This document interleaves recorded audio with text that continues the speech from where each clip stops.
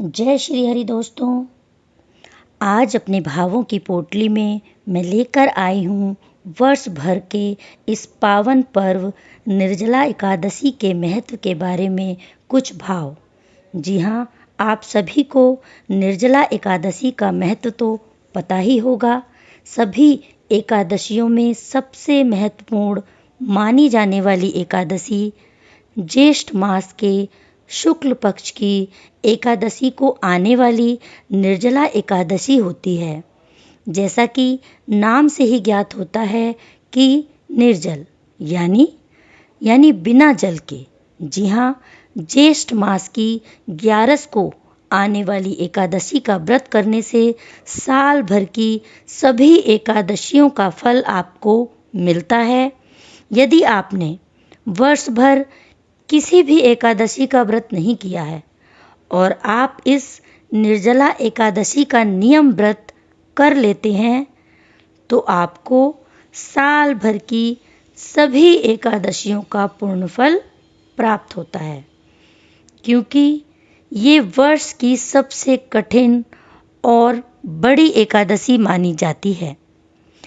जेठ का महीना और जब सूर्य का ताप अपने चरम पर होता है, ऐसे समय में अगर कोई व्रती बिना जल ग्रहण किए उपवास रखता है तो वो अपने आप में ही एक ऐसा पावन व्रत बन जाता है कि सभी व्रतों में श्रेष्ठ हो जाता है।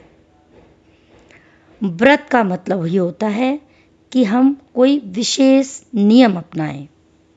और चूंकि भीषण गर्मी के दौरान जब व्रती स्वयं जल न ग्रहण करके भगवान श्री सूर्य नारायण को जल अर्पण करते हैं और मीठे जल का दान भी करते हैं, ऐसे में व्रत की महत्ता देखते ही बनती है। सन 2022 में 10 और 11 जून को पड़ने वाली एकादशी का महत्व इसलिए और भी बढ़ जाता है क्योंकि ये एकादशी त्रिस्पर्शा भी है। त्रिस्पर्शा से तात्पर्य है कि जिस दिन 3 तिथियां स्पर्श करें अर्थात छुएं। जैसे कि सूर्य उदय के समय एकादशी तिथि रहेगी, फिर द्वादशी तिथि आ जाएगी और उसके बाद 12 जून को सूर्य उदय से पहले ही त्रयोदशी तिथि लग जाएगी। इस तरह इन 3 तिथियों ने स्पर्श किया, इसलिए इसे त्रिस्पर्शा भी कहा जाता है। ज्येष्ठ की एकादशी को निर्जला एकादशी मनाने का एक कारण ये भी है कि जब भीषण गर्मी होती है तो मनुष्य को सबसे अधिक आवश्यकता जल की महसूस होती है, और जब वो बिना जल ग्रहण किए एक दिन व्यतीत करता है तो उसे सही मायने में जल का महत्व समझ में आता है और वो जल को जीवन के लिए उपयोगी समझ उसे बचाने का प्रयत्न अवश्य करता है।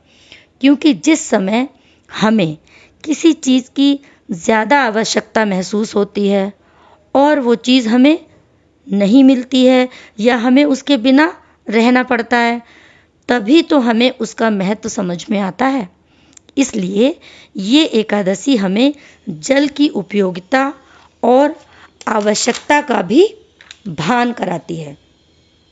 इसलिए भी इस एकादशी का महत्व बहुत अधिक है, क्योंकि जल ही जीवन है, ये तो हम सभी जानते हैं। पर उसे कैसे शुद्ध बनाकर रखें और कैसे बचाएं, इस पर हम ध्यान नहीं दे पाते हैं। इसलिए अगर दूसरे पहलू से देखें तो जल के महत्व का ज्ञान कराने हेतु भी इस एकादशी का महत्व और बढ़ जाता है। इसलिए आप सब भी एक दिन वर्ष में इस पावन दिन का महत्व समझते हुए, हो सके तो, यदि आपकी सामर्थ्य है तो हो सके इसका पालन करने का प्रयत्न कीजिएगा। क्योंकि पर्व तो वर्ष में एक ही दिन आता है, परंतु जल की आवश्यकता का एहसास वो हमें वर्ष भर के लिए करा जाता है। हमारे जीवन में जल का कितना महत्व है, इसलिए पानी बचाएं, उसके महत्व को समझें और जन जन को इसका महत्व समझाएं। क्योंकि जल ही जीवन है, ये हम सभी जानते हैं, पर शुद्ध जल का उपयोग नहीं कर पाते हैं और जल को बचा भी नहीं पाते हैं। इसलिए इस एकादशी पर निर्जला व्रत करके, अगर आप में सामर्थ्य है तब, नहीं कर सकते तो आप जल, दूध, चाय पीकर भी कर सकते हैं।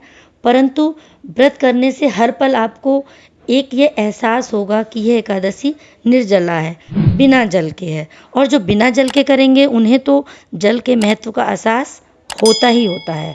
तो आप लोग इस एकादशी के महत्व को समझें, उसके साथ साथ जल के महत्व को समझें और इसके व्रत का पालन कर जल को स्वच्छ बनाने का प्रयत्न करें, बचाने का प्रयत्न करें और भारत के विकास में अपना योगदान दर्शाने का भी प्रयत्न करें। तो आप सभी को इस त्रिस्पर्शा निर्जला एकादशी की बहुत बहुत शुभकामनाएं। इस प्रयोग को अपनाएं और भारत के विकास में अपना योगदान दिखाएं। जय हिंद, जय भारत।